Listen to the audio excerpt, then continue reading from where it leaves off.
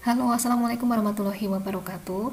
Di dalam video ini akan disampaikan aplikasi dalam bentuk soal dan penyelesaiannya mengenai neraca energi sistem tertutup, baik itu steady state maupun unsteady state. Namun sebelum kita masuk ke contoh soal yang pertama, ada baiknya kita review kembali mengenai sistem tertutup. Pada sistem tertutup, tidak ada transfer massa baik itu masuk maupun keluar sistem. Namun, energi baik berbentuk panas maupun kerja dapat ditransfer masuk dan atau keluar sistem. Perlu kita ketahui bersama bahwa panas dan kerja yang masuk ke dalam sistem itu bernilai positif, sedangkan panas dan kerja yang keluar sistem bernilai negatif. Transfer panas dapat terjadi dari sistem ke lingkungan ataupun sebaliknya, itu karena ada perbedaan temperatur. Sedangkan kerja yang terjadi pada sistem dapat diakibatkan karena pergerakan boundary seperti pergerakan piston, kemudian perubahan posisi sistem, ada perubahan kecepatan aliran dalam sistem, adanya listrik, dan sebagainya. Penyusunan persamaan neraca energi sama halnya dengan neraca massa, bahwasanya akumulasi itu sama dengan input dikurangi dengan output. Artinya bahwa perubahan energi pada sistem itu sama dengan energi yang masuk ke dalam sistem dikurangi dengan energi keluar sistem. Atau dapat ditulis delta E sistem sama dengan E input dikurangi dengan E output. Lebih mudahnya bahwa energi sistem pada kondisi akhir dikurangi dengan energi sistem pada kondisi awal itu sama dengan energi yang ditransfer antara sistem dengan lingkungan. Dan kita tahu bahwa energi yang ditransfer antara sistem dengan lingkungan itu berbentuk panas atau juga berbentuk kerja. Sedangkan energi yang dimiliki oleh sistem itu berbentuk energi dalam, energi potensial, dan energi kinetik. Untuk steady state, nanti delta E sama dengan 0. Sedangkan unsteady state itu delta E tidak sama dengan 0. Artinya ada perbedaan energi antara kondisi awal dan kondisi akhir sistem. Dan diingat kembali bahwa panas dan juga kerja itu bernilai positif untuk yang masuk ke dalam sistem, sedangkan bernilai negatif jika keluar dari sistem. Baik, kita masuk soal nomor 1 untuk sistem tertutup dan prosesnya unsteady state. Nah, ini ada sebuah tangki tertutup, di dalamnya diisi air 20 kg dengan temperatur mula-mula 20 derajat Celcius. Air tersebut diaduk menggunakan pengaduk dan memberikan kerja sebesar 0,25 kW. Maka berapakah temperatur air di dalam tangki setelah 30 menit? Maka langkah pertama yang kita lakukan adalah menyusun neraca panas secara umum. Kemudian yang kedua kita lakukan simplifikasi. Dan di sini bisa dilihat bahwa tidak ada perubahan posisi sistem, maka delta ET-nya sama dengan 0, dan juga tidak ada perubahan kecepatan, maka delta EK-nya juga sama dengan 0, dan tidak ada transfer panas baik dari sistem maupun lingkungan, maka Q-nya sama dengan 0. Sehingga neraca energinya menjadi W sama dengan perubahan energi dalam itu sama dengan perubahan dari entalpi dikurangi dengan P dikalikan dengan V. Dan kita tahu bahwa V-nya tetap, V airnya tetap, sehingga di sini P delta V-nya itu nilainya sama dengan 0. Maka diperoleh persamaan akhirnya yaitu W itu sama dengan delta U sama dengan delta H itu sama dengan MCP delta T. Dari soal kita tahu bahwa pengaduk tadi memberikan kerja kepada sistem, di sini sistemnya adalah air, sehingga kita tulis W itu sama dengan 0,25 kJ per sekon, ini sama dengan watt ya, joule per sekon adalah watt, sehingga kalau kilowatt menjadi kilojoule per sekon, itu sama dengan 20 kg dikalikan dengan 42 kJ per kilogram derajat Celcius dan dikalikan dengan delta T. Sehingga kita bisa mendapatkan delta T-nya yaitu sebesar 9,9 derajat Celcius. Artinya suhu akhirnya itu naik sebesar 9,9 derajat Celcius menjadi 29,9 derajat Celcius. Masuk ke soal nomor 2 masih di sistem tertutup dan unsteady state. Nah, di sini ada air cair jenuh saturated liquid didinginkan dari temperatur 100 Fahrenheit ke 50 Fahrenheit masih dalam kondisi yang sama. Berapakah kalori yang dilepas oleh air? Maka pertama kita susun terlebih dahulu neraca energi secara general. Kemudian kita simplifikasi. Kita cari mana nilainya 0. Di sini karena tidak ada perubahan ketinggian maka EP 0. Kemudian tidak ada perubahan kecepatan maka EK-nya juga 0. Dan di sini tidak ada perubahan, maksud saya tidak ada kerja yang masuk dan keluar sistem, maka W-nya juga sama dengan 0. Yang ditanyakan adalah Q-nya. sehingga persamaannya itu menjadi Q sama dengan delta U sama dengan delta H min PV sama dengan H2 min H1 dikurangi dengan P2 dikali V2 dikurangi P1 dikalikan dengan P1. Maka di sini data yang kita butuhkan adalah entalpi spesifik, kemudian ada tekanan, dan juga ada volume spesifik. Nah, data-data ini untuk saturated liquid water kita bisa menggunakan steam table.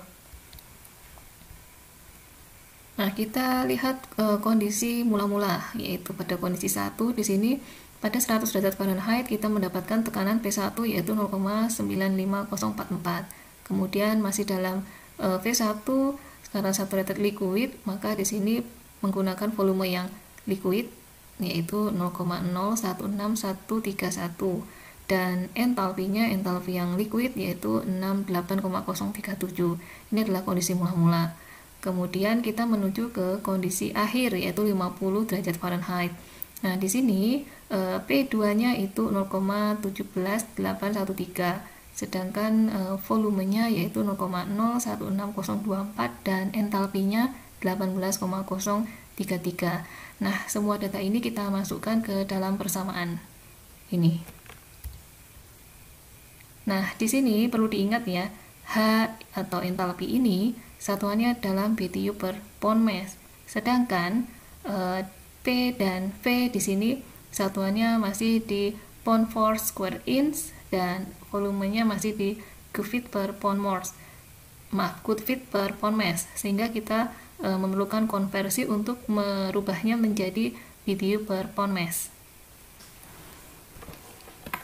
144 ini menunjukkan konversi dari square inch ke square feet, sedangkan 778 ini adalah konversi dari feet pound force ke BTU. Sehingga nanti kalau sudah kita hitung, kita selesaikan, maka nanti akan didapat bahwa Q yang dilepas oleh air itu sebesar negatif, ini karena dilepas ya, keluar dari sistem 49,973 BTU per pound mass. Nah, nanti untuk data-data steam table ini bisa berbagai macam sumbernya. Saya mengambil dari ASME steam table. Kemudian di buku-buku termodinamika itu juga tersedia. Soal nomor 3 masih sistem tertutup unsteady state. Di sini ada 10 pound mass CO2 pada temperatur ruangan 80 derajat Fahrenheit disimpan dalam fire extinguisher yang volumenya 4 kubit. Berapa banyak panas yang harus dipindahkan dari extinguisher agar 40% CO2-nya menjadi cairan? Bisa disimpulkan dari soal di sini. Nanti di akhir operasi atau proses ada 2 buah fase. Di sini ada campuran ya. Jadi nanti 40% CO2-nya cair dan sisanya 60% itu berupa vapor. Maka langkah yang pertama kita tentukan terlebih dahulu neraca energi dari neraca energi general, dan kita simplifikasi seperti yang sebelumnya kita lakukan, bahwa di sini tidak ada perubahan posisi dalam sistem, maka EP-nya sama dengan 0, dan juga tidak ada perubahan kecepatan, maka EK-nya juga sama dengan 0, dan tidak ada kerja yang masuk dan keluar sistem, maka W-nya sama dengan 0. Sehingga diperoleh persamaan energinya itu menjadi Q sama dengan delta U sama dengan delta H min PV sama dengan H2 min H1 dikurangi P2 dikali V2 dikurangi P1 dikalikan dengan V1. Nah, di sini volume fire extinguisher itu adalah 4 kubit. Dan untuk mencari data entalpi, tekanan, dan vapor, kita bisa menggunakan CO2 chart, di mana nanti dibutuhkan data dari volume spesifik, sehingga kita menghitung terlebih dahulu volume spesifiknya, yaitu dari 4 kubit dibagi dengan 10 pound mass, sehingga nanti ketemu volume spesifiknya yaitu 0,4 kubit per pound mass. Nah, kita langsung ke CO2 chart. Di sini CO2 chart itu sumbu X-nya adalah entalpi BTU per LPM dan sumbu Y-nya adalah pressure dalam pound for square inch. Nah, di sini sebelah kanan ini adalah volume spesifik yang ditandai dengan garis putus-putus, kemudian garis yang agak melengkung dari atas ini adalah garis yang menyatakan suhu. Di sini suhu referensinya adalah minus 40 derajat Fahrenheit, dan di sini ada garis yang menyatakan garis batas. Ini adalah saturated solid line sampai sini, dan yang kubah ini adalah saturated liquid line sampai sini, kemudian turun ke bawah sini menjadi saturated vapor line. Nah, di sini ini fasenya adalah solid gas, campuran padat dan gas. Yang di sini itu campuran cair dengan gas atau uap. Yang sebelah sini adalah saturated vapor, di sini adalah uap. Kemudian yang di sini adalah cairan. Kemudian yang di sini adalah campuran solid dan liquid, cair padat, dan yang sebelah sini adalah padat. Nah, kita kembali ke soal.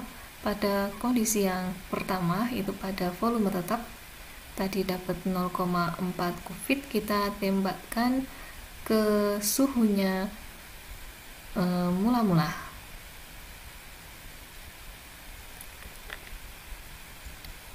Ya.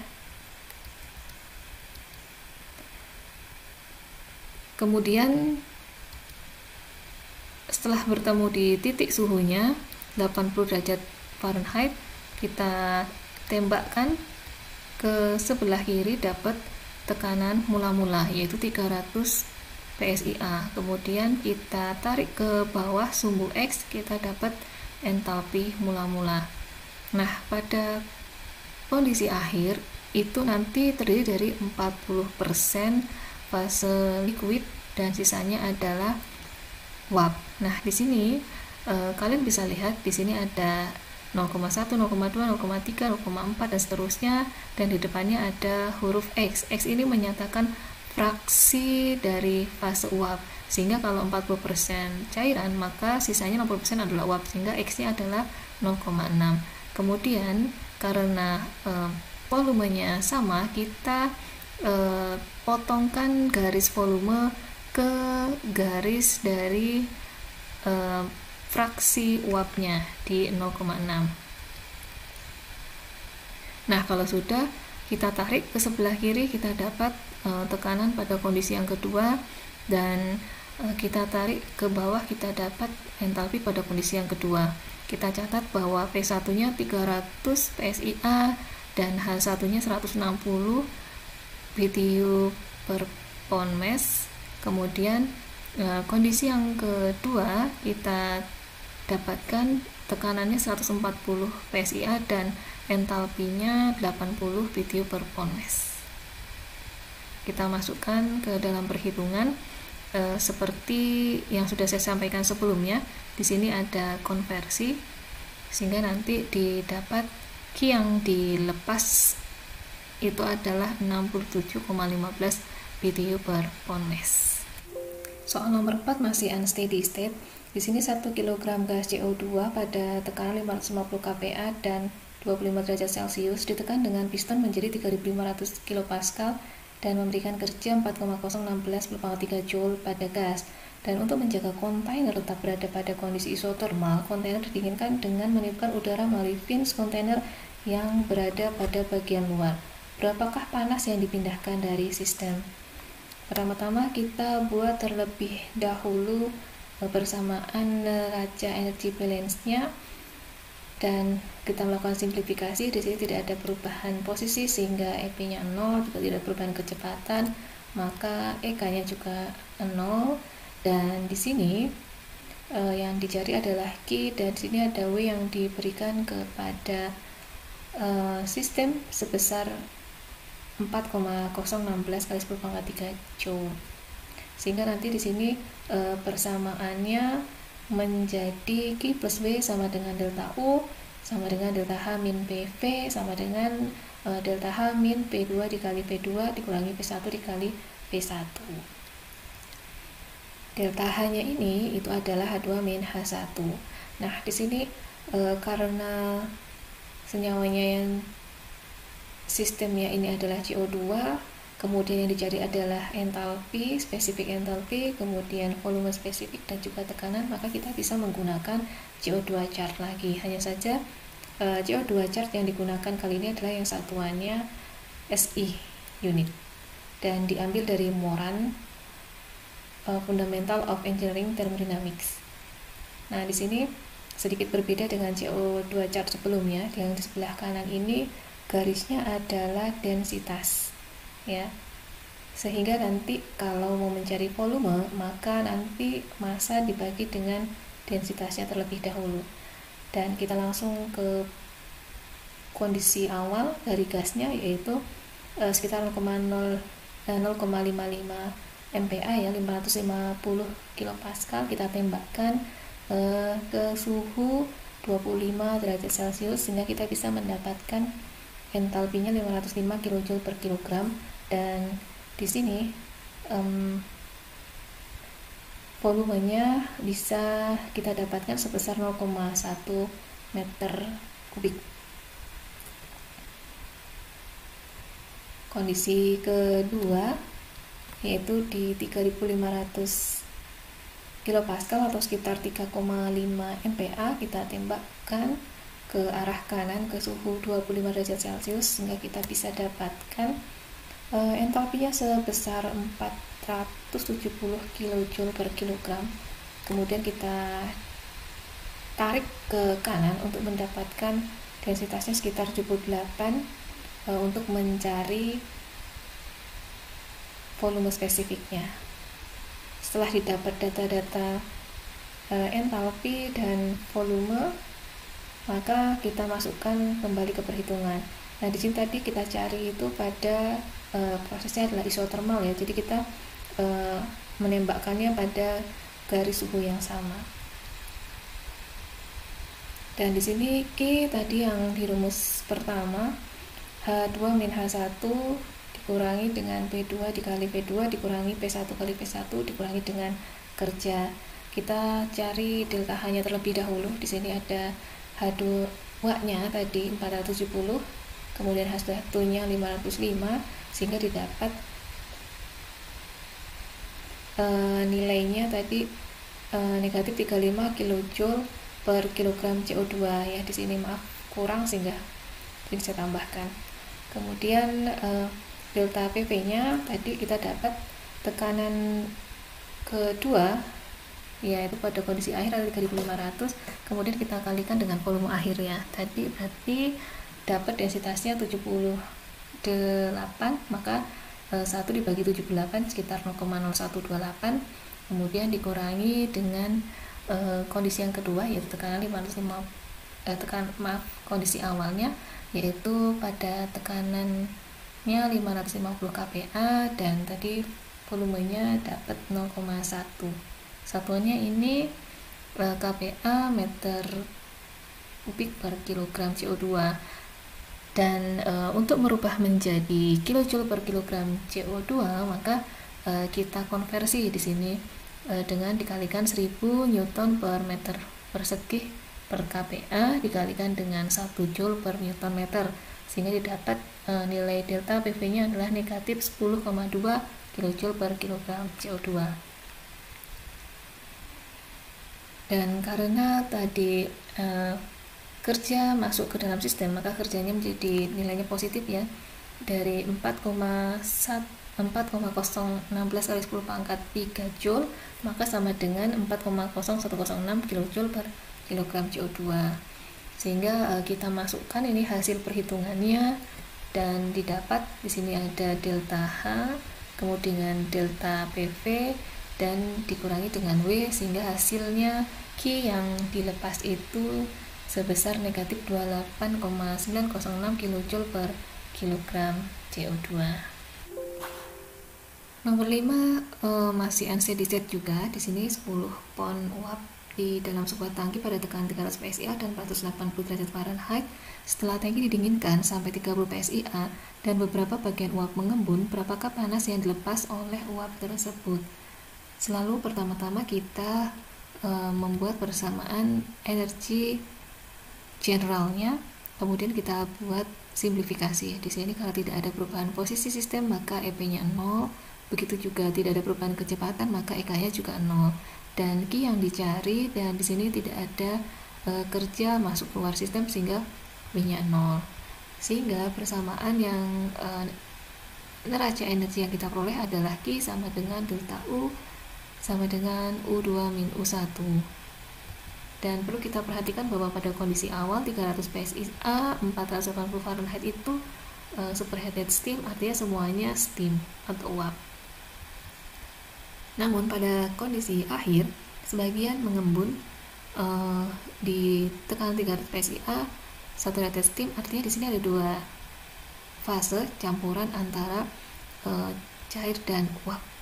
Dan karena di sini adalah energi dalam, di mana energi dalam itu dipengaruhi oleh komposisi kimia, bentuk dan sistem, maka kita harus menghitung berapa pound mass uap dan berapa pound mass cairannya, sehingga baru kita bisa menghitung menghitung energi dalam pada akhir. Nah, yang dibutuhkan adalah data U, maka kita bisa menggunakan steam table yang satuannya SI. Ya, di sini ada kondisi pertama yaitu superheated steam 300 PSIA dan suhunya 480 Fahrenheit. Jadi kita perlu data enthalpy dan data specific volume, karena U itu adalah H dikurangi P dikalikan dengan V. Maka karena di sini suhu 480 berada di tengah-tengah, maka kita lakukan linear interpolasi untuk specific enthalpy dan untuk specific volume, sehingga didapat di sini enthalpy spesifiknya 1245,3 BTU per LPM dan volumenya maksud saya volume spesifiknya 1,7148 kubik per LPM. Nah, dari enthalpy dan volume spesifik kita bisa menghitung energi dalam spesifiknya dengan menggunakan rumus enthalpy dikurangi P dikalikan dengan V, sehingga diperoleh U pada suhu 480 yaitu 1150 BTU per pound mass. Kalau sudah, kita lanjutkan ke kondisi akhir, di mana di sini sebagian mengembun pada 30 PSIA dan kondisinya adalah saturated steam, sehingga yang kita butuhkan adalah tabel saturated steam. Kita bisa lihat pada tekanan 30 PSIA itu untuk volumenya di sini ada dua ya, volume liquid dan volume vapor.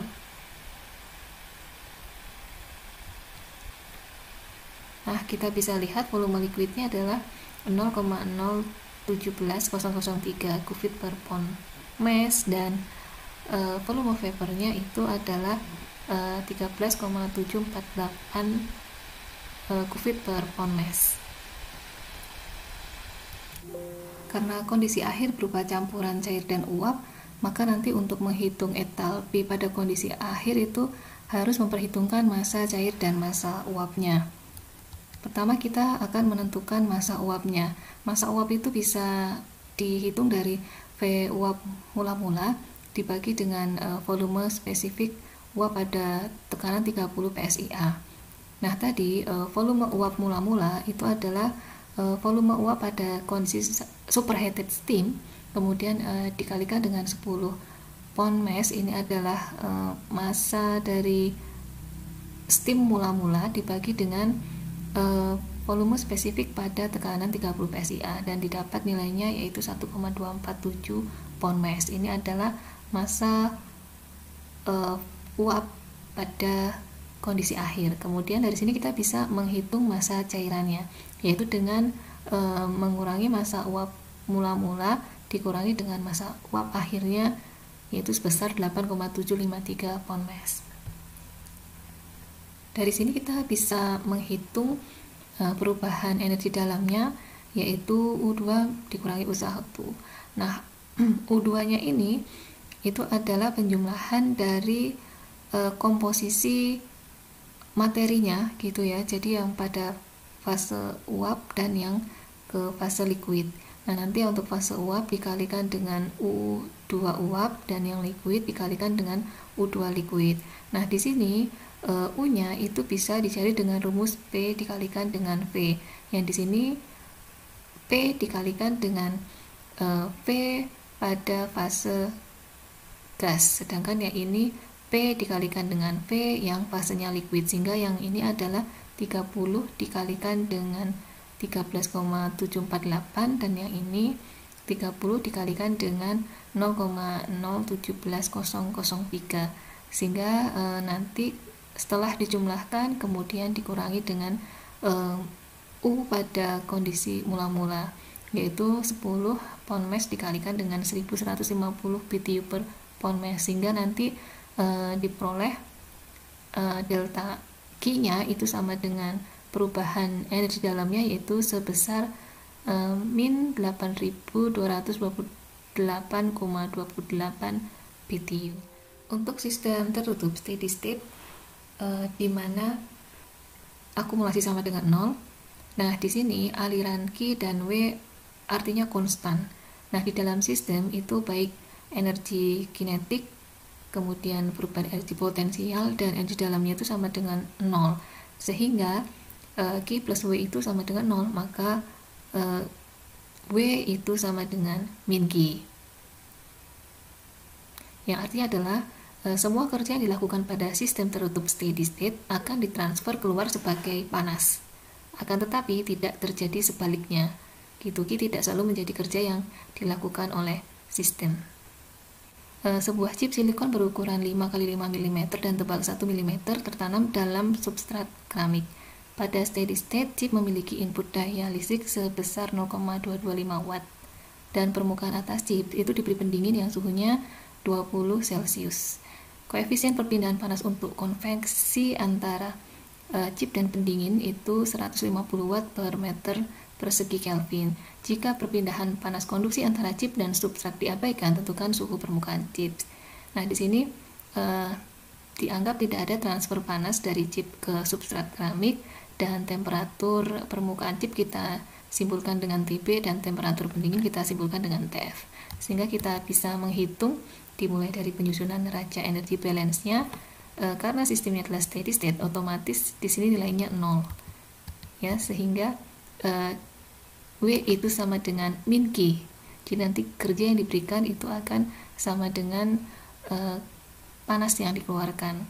Nah, di sini bentuknya adalah tadi konveksi, sehingga min HA dikalikan dengan TB min TF. Nah, di sini luasnya. Nah, kemudian TB-nya sama dengan min 0,225 watt dibagi dengan negatif 150 watt per meter persegi Kelvin dikalikan dengan luasnya, yaitu 25 dikali 10 pangkat negatif 6 meter persegi. Nah, hasil pembagiannya ini kemudian ditambahkan dengan 293 Kelvin, sehingga diperoleh sebesar 353 Kelvin atau 80 derajat Celcius. Nah, demikian materi neraca energi untuk closed system, baik steady state maupun unsteady state. Untuk pertemuan selanjutnya akan dibahas neraca energi open system. Terima kasih.